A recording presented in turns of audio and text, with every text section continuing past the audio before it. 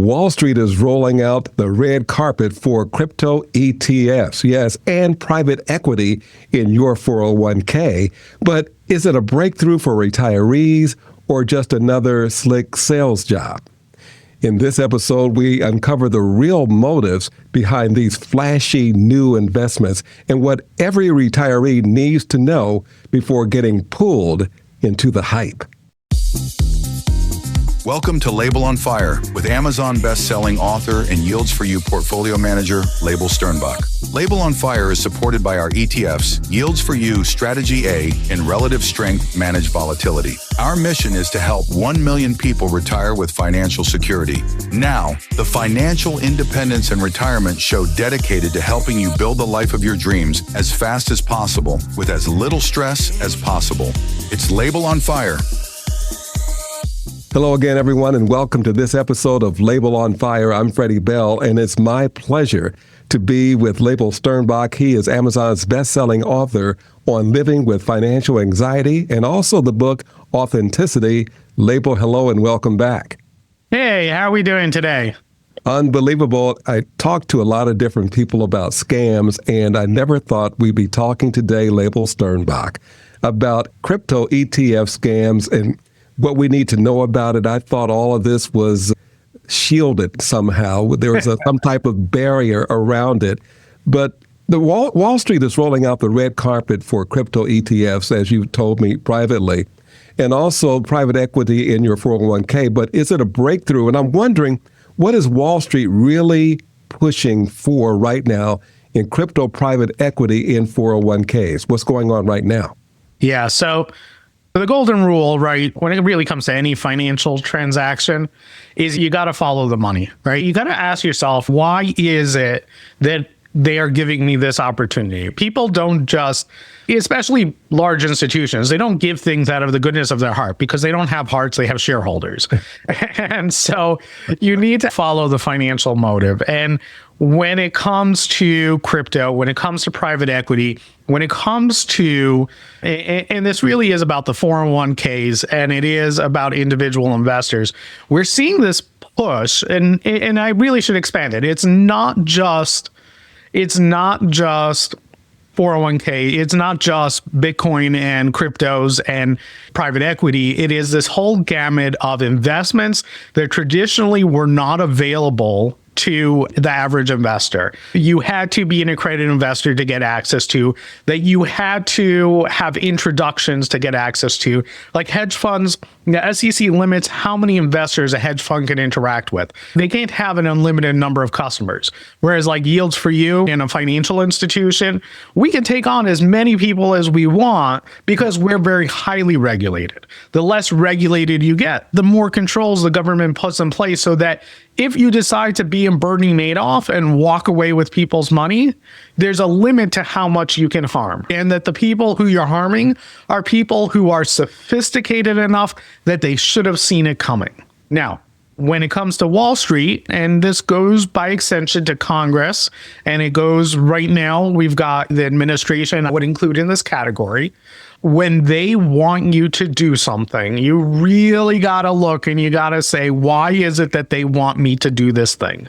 Because usually it's not because it's good for you, right? Even though they'll tell you that it's good for you, you got to look for the way that they're making a profit. And when it comes to crypto and when it comes to these investments, you got to really look deep and hard for what their profit motive is and understand it. You may be okay with it, but you got to understand it. And I think, at least my read on it is, Wall Street has profited off of these private investments for a very long time. They've made a lot of money off of it. In fact, most of the crypto market is Wall Street. It wasn't private investors. It wasn't crypto enthusiasts. It wasn't Sam Altman and his FTX. It was Wall Street hedge funds who were funding it because there was IRS tax loopholes.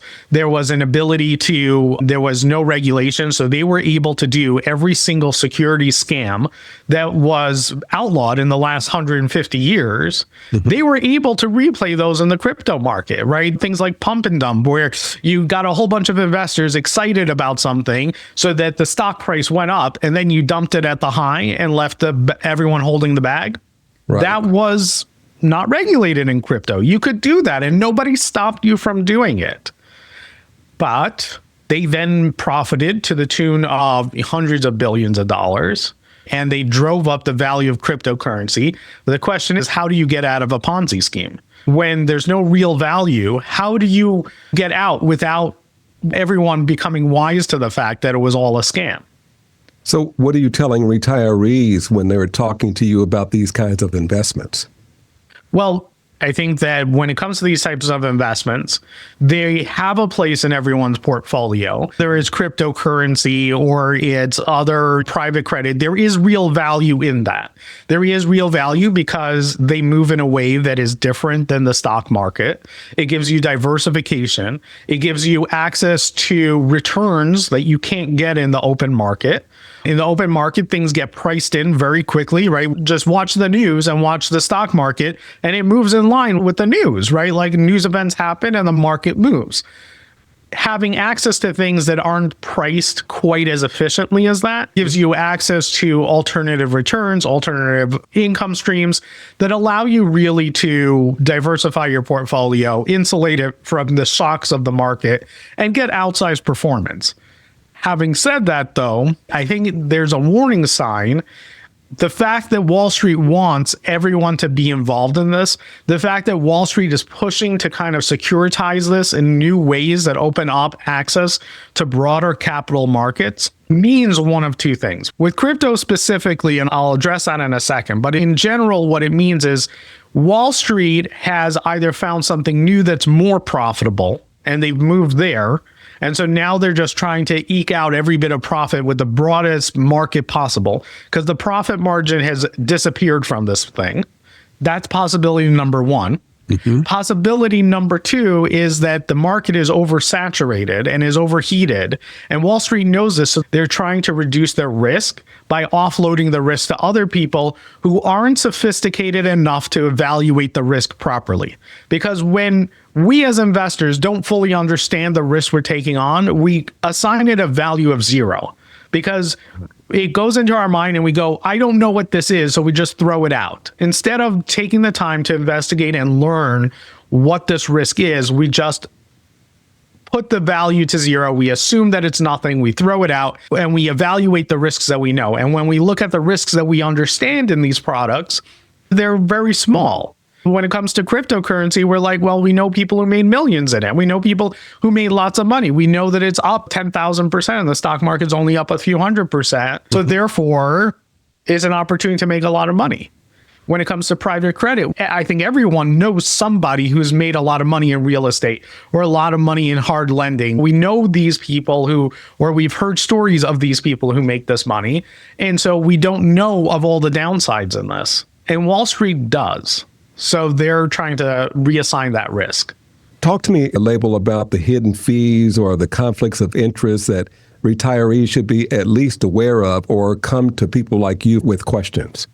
So I think with all of these products, you got to look at how do they actually operate? Because these don't operate like your traditional investments. And so therefore, whether it's fees that are being charged on the inside of the investments or whether it's transaction costs, because these things aren't very liquid. So when you go to buy and sell it, you may not get the price that you think it should be. You buy it at $100, but when you go to sell it, it might sell for $90, even though it's trading at $100.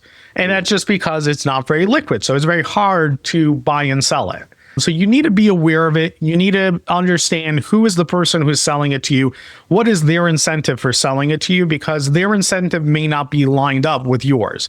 Just the other day, I had a prospect come to me and I had a conversation with them. And I said, this type of investment is ideal for you. Go tell your banker to get this for you. The bank that he works for is a big issuer of this type of product. They issue this type of product and you should be able to get it from him, and you like your banker, keep him. He comes back and says, my banker tried to sell me this other product and he told me it's the same thing. It looks very similar, but it's not the same product. And I was very disappointed. And I said, go give him this ticker and he can go purchase it for you. But the product that he tried offering you is different. It has more risks associated with it. However, it also pays him a higher commission, right? He gets paid 5% on this and he maybe gets 1% on the other one, right?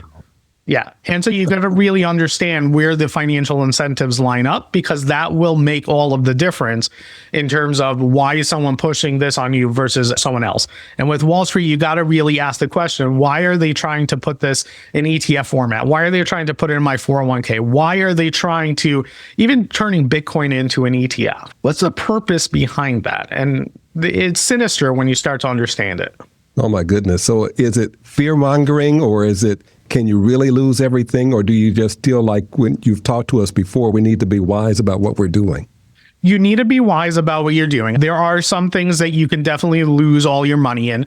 There are definitely ETFs out there that have gone to zero, right? If they're not managed properly and you take too much risk, it could go to zero. That is a possibility. And when you're talking about something, I wouldn't necessarily ascribe that to Bitcoin, but to some of these other cryptocurrencies, especially if it turns out that it's a scam, or it turns out that the mechanisms that have been put in place don't really work, that can cause a real problem. I think more with the Bitcoin, you got to worry about the fact that where is all this cryptocurrency coming from, right? The ETFs have to have hard currency, hard cryptocurrency somewhere locked in a vault in cold storage. That is the deal of these ETFs. So where is that coming from? Who contributed these hundreds of billions of dollars worth of crypto? Because it didn't come from the private market. And so if it came from all these hedge funds, why are the hedge funds exiting? What do the hedge funds know that you don't know? Why are they taking their risk off the table? Tell me what I can find by going to yieldsforyou.com concerning this topic. So if you go to yieldsforyou.com, we've got lots of great articles and resources and tools and all that kind of great stuff. What we do have is we have a 60-second retirement calculator tool that'll create a plan for you. As part of that plan, it'll assign you 3 different buckets that we recommend for investments. You have your spending money, you have your short-term money, and then your growth money. If you want to take a portion of your growth money, and we do think that a portion of your growth money should be put into these types of alternative assets based on your risk tolerance, right? You shouldn't just go into it for no reason. And if the return that you're looking for is, something that is easily returned by traditional assets, then that's fine. You don't need to start exploring the universe. But if you are looking to expand your universe, if you are looking for something that can make a 7% return become a 10% return sometimes, with the understanding that it can make it a 2% return as well, then definitely explore where these fit into your portfolio. That makes a lot of sense. We'll leave it right there, but you can get information, as Leibel just said, by going to yieldsforyou.com, yields, the number 4, the letter U.com. And before you jump into the latest Wall Street trend, remember this. If you don't fully understand the product, as Leibel just said, you might be the product. Stay sharp, ask the hard questions, and protect your retirement like your future depends on it, because it really does. If you would like to see how the Yields for You team can help you get off the Wall Street roller coaster and save you money on taxes so you can live the life of your dreams, book an appointment online at yieldsforyou.com or call 410-914-4894. Yields for You is a registered investment advisor in the state of New York and only transacts business in states where the firm is properly registered or is excluded or exempted from registration requirements. Registration as an investment advisor is not an endorsement. Information presented on this program is believed to be factual and up to date, but we do not guarantee its accuracy, and it should not be regarded as a complete analysis of the subjects discussed. Discussion should not be construed as an offer to buy or sell or solicitation of any offer to buy or sell the investments mentioned. Annuity guarantees are subject to the claims claims paying ability of the issuing insurance company. Content should not be viewed as legal or tax advice. Always consult an attorney or tax professional regarding your specific legal or tax situation.